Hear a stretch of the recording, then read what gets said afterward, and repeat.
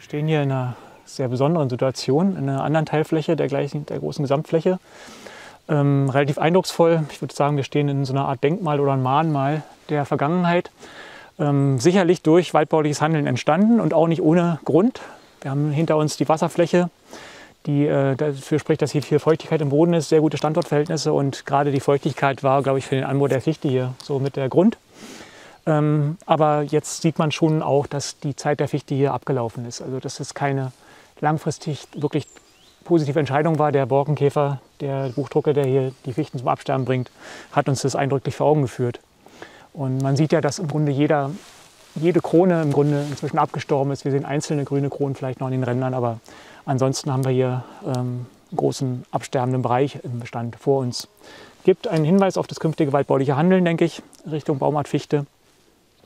Und eröffnet uns auch neue Möglichkeiten durch die Lücken, die sich hier auftun, waldbaulich. Aber gerade zum Verlust dieser Bäume, die nun auch schon ihre 100 Jahre vielleicht haben, das ist schon auf eine Art auch tragisch und auf eine Art auch natürlich auch ein Verlust, nicht nur von der Waldstruktur, waldökologisch, sondern auch betriebswirtschaftlich, denke ich. Ne? Wie würdest du das einschätzen? Wie kann man das fassen oder beziffern? Diese Fichten hier, das ist ja ein kleiner Horst, vielleicht ein Durchmesser von 40 Metern. Ich habe vorhin mal schnell gezählt, sind vielleicht 30 Bäume, die hier noch stehen, die jetzt etwa einen Festgehalt von 6 Kubikmetern, Festmetern haben. Die Bäume sind längst aus der nutzerischen Sicht heraus hiebsreif, sind vielleicht auch schon vor der Trockenheit, vor dem Borkenkäferbefall in einer Phase gewesen, wo sie langsam übergleitet hin zu einem negativen Wertzuwachs. Wir haben es hier also mit Entwertungen natürlicher Art schon zu tun. Man sieht an den etwas bäuchigen Stämmen im unteren Bereich, die haben so eine Art Flaschenhals, sagt man. Das zeigt uns, dass die Bäume möglicherweise durch Rotwild früher mal geschält worden sind oder zumindest dann in der Folge vielleicht auch natürlicherweise über die Wurzel eingetragen von einem Rotfäulepilz befallen ist. Das heißt, der innere Teil der Stämme wird häufig schon entwertet sein.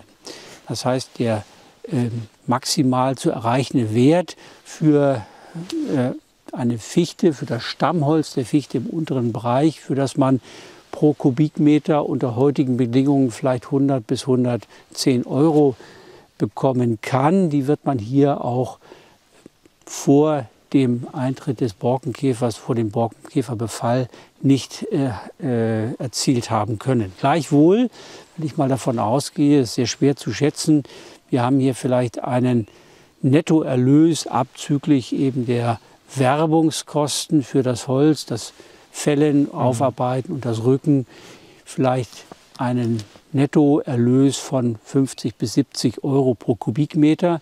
Und wenn man das mal hochrechnet, ich hatte gesagt, 6 Festmeter, 5, 6 Festmeter hat ein Baum im Mittel und wir haben hier roundabout 25, 30 Bäume stehen, dann sind das irgendwo zwischen 120 und 150 Festmeter mal diese 70 Euro. Dann sind wir schon in einem hohen fünfstelligen Bereich. Und das ist natürlich ein Vermögensverlust, der für den Waldbesitzer erstmal sehr, sehr schmerzhaft ist. Zumindest müssen wir diese Differenz zwischen dem Wert, den man heute noch erzielen kann, und dem Wert, den er hätte erzielen können, bevor der Borkenkäferbefall eintritt, als Verlust dann deklarieren. Ja, das ist schon beeindruckend. Auch das mit der Rotfäule ist eigentlich ja auch kein neues Problem, zeigt auch an, dass die Fichte nicht die standortgerechte Baumart hier wäre. Ich glaube, der Pilz profitiert von diesen feuchten Verhältnissen genauso wie das Baumwachstum. Die Infektion läuft schneller und pflanzt sich leichter fort im Baum. Bringt ja den Baum nicht um, wenn ich mich nicht irre. Also der Baum kann damit Jahrzehnte weiterleben, aber es ist eben eine deutliche Entwertung. Aber sei es wie es sei, die Fichte geht uns hier verloren und nicht nur aus diesem Grund ist sie auch nicht mehr Teil der Baumartenempfehlung in Brandenburg. Die werden wir nicht mehr verwenden in der Zukunft. also ein eindeutiger Verlierer. Dann haben wir aber auch Gewinner hier von der ganzen Situation. Das freut mich ja so waldbaulich auch besonders, dass wir hier ein großes Verjüngungsangebot haben. Wir haben die Buche, die in die Höhe wächst. Wir haben Bergahorn, wir haben Feldahorn hier vorhin schon gesehen, einzelne Spitzahorne, die, denke ich, auch in den letzten Jahren noch mal besonders gewachsen sind, weil wir das Licht hier schon haben, ne? Könnte man sich fragen, was tut man mit der Fläche? Denn was wir auch sehen ist, besonders hier dann, ne, beispielhaft, alle Seitentriebe verbissen. Hier ist das Wild, hat es dankbar angenommen, diese Situation, und ist wahrscheinlich gern zum Äsen hier, ne? Da gäbe es mehrere Möglichkeiten sicherlich. Eine intensivierte Bejagung wäre eine Möglichkeit. Wenn das nicht greift, kann man sich auch vorstellen, hier einen Zaun zu stellen, um diese vielleicht nicht allzu große, aber doch sehr wertvolle Fläche, um die Verjüngungsansätze zu schützen, ne? Ja, der Zaun ist aus meiner Sicht immer das letzte Mittel oder der Einzelschutz. Der Einzelschutz würde sich hier vielleicht nicht unbedingt rechnen, aber der Zaun kostet schon eine ganze Menge, auch in puncto Investition und vor allen Dingen auch Unterhaltung. Später muss er irgendwann abgebaut werden. Also wir haben hier Investitionskosten, sage ich mal, etwa von roundabout 10 € pro laufenden Meter, die wir bei einer Größe von, was habe ich gesagt, 40 Durchmesser, also wenn ich mal 150 laufende Meter rechne, wenn ich 150 mal 10, dann wir müssten also erstmal 1.500 € investieren, um das Schalenwild, vor allen Dingen Rotwild, aber auch Rehwild, hier aus der Fläche herauszuhalten. Die Bejagung wird hier durchgeführt durch einen Jachtpächter. Der Waldbesitzer ist Mitglied einer Yachtgenossenschaft. Mit seinen 4 Hektar hat er zwar das Yachtrecht hier inne, aber nicht das Yachtausübungsrecht. Das ist also auf den Pächter übertragen, und er mit seinen 4 Hektar, vielleicht in einem großen Yachtbezirk von 300, 500 Hektar, hat kaum Mitspracherecht, was die Bejagung und Bejagungsintensität angeht. Da kann man immer nur wieder auf die Jäger einwirken und ihnen Beispiele zeigen, Beispiele des Verbisses, auch darauf hinweisen, dass das möglicherweise wildschadensersatzpflichtig ist.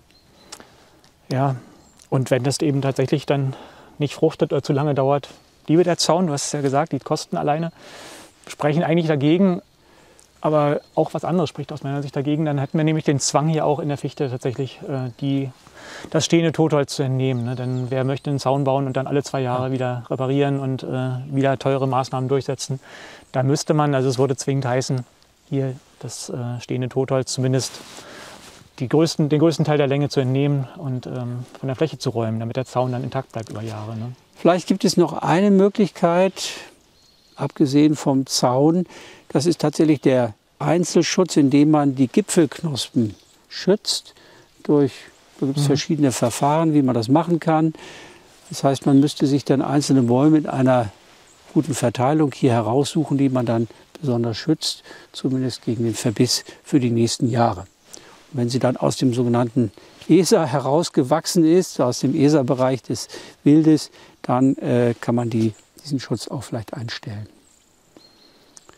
Ja, das wird hier vielleicht gar nicht so lange dauern, ne, wenn man sich den guten Standort anschaut. Wir sehen ja auch hier den Wurmfarn und die Brennnessel, die sich hier breit gemacht hat.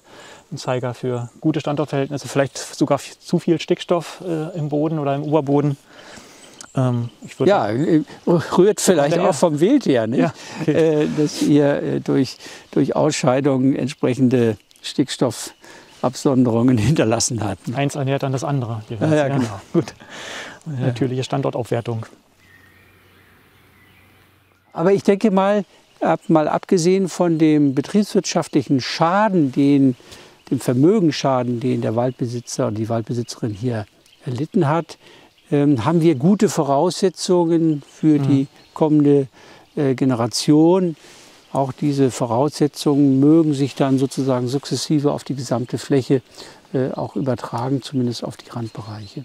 Ja. Ich sehe das auch ein bisschen als so Beispiel für kleinflächige Störungen, die wir jetzt vielleicht immer wieder haben werden oder immer mehr haben werden, ne? In zukünftig unsicheren Verhältnissen. Und dadurch, dass der Standort gut ist, dass wir hier diese Osthanglage haben, wo die Sonneneinstrahlung nicht zu stark ist, vielleicht ist das eine Situation, wo sich die Natur sehr gut selber helfen kann, auch angesichts der geringen Flächengröße, dass sich das selbst schließt. Das wäre eine Möglichkeit. So baumartbezogen haben wir ja schon, deutet sich an, die Buche wächst in den Rand hier rein, die Buche nutzt die Lücke auch aus. Wir haben die Ahornarten hier, würde dir noch was anderes einfallen? Es hat sich alles hier ja natürlich von den Seiten her verjüngt. Ja, was könnte man hier machen? Ich würde hier tatsächlich in dieser etwas feuchteren Ecke beim Laubholz bleiben und das tatsächlich mit reinem Laubholz dann bestockt wissen. Ja. Also hier muss man auch, wie gesagt, nicht zu viel separat machen. Das kommt schon weitestgehend von alleine. Hier kann man vielleicht mal die ein oder andere Edellaubholzart noch mit dazu stellen, aber da würde ich gar nicht so furchtbar viel machen. Wären hier Pflegemaßnahmen in der Verjüngung schon nötig? Also müsste man hier was gegen die Begleitvegetation tun oder ist das Nein. auch das eher? Man sieht ja, dass das hier wunderbar kommt, Ja. also da würde ich überhaupt nichts machen. Hier ist eine Pflege des Jungbestandes vorerst nicht notwendig. Was ich sehr schön finde, ist natürlich, wenn man sich die toten Bäume anschaut, der Specht freut sich darüber und hat genug zu futtern und holt sich das eine oder andere. Viele Lebewesen leben natürlich an diesen toten Bäumen, das wollen wir nicht vernachlässigen. Insofern ist es immer wichtig, auch einzelne Bäume möglichst stehen zu lassen. Vielleicht kann man auch einen Kompromiss eingehen, indem man die Bäume vielleicht in 2-3 Meter Höhe kappt und die Stümpfe dann stehen lässt. Auch die sind dann gutes Relikt sozusagen für alle möglichen ökologischen Begleiterscheinungen und Freuden. Ja gut, auch unter ergonomischen Gesichtspunkten oder Arbeitssicherheitsgesichtspunkten. Ne? Wenn man hier doch vielleicht auf der Fläche öfter mal waldarbeitsmäßig aktiv ist, dann muss man sich auch überlegen, wie lange man das Risiko noch eingehen möchte mit den stehenden Fichten. Genau. Aber haben auch ihre Vorteile, ganz sicher. Also auch als Nährstoffspeicher, als Wasserspeicher. Auch wenn sie dann mal umfallen, wenn man sich vielleicht dazu entschließt, hier nichts zu machen, die Bäume fallen um, auch dann haben sie noch einige Jahre Nutzen vor sich. Ne? Ja, das sieht hier, glaube ich, mit Waldbrand nicht ganz so gefährlich aus. Insofern kann man damit auch arbeiten. Das ist vielleicht in anderen Regionen völlig anders. Die Situation kann man hier verschmerzen. Genau.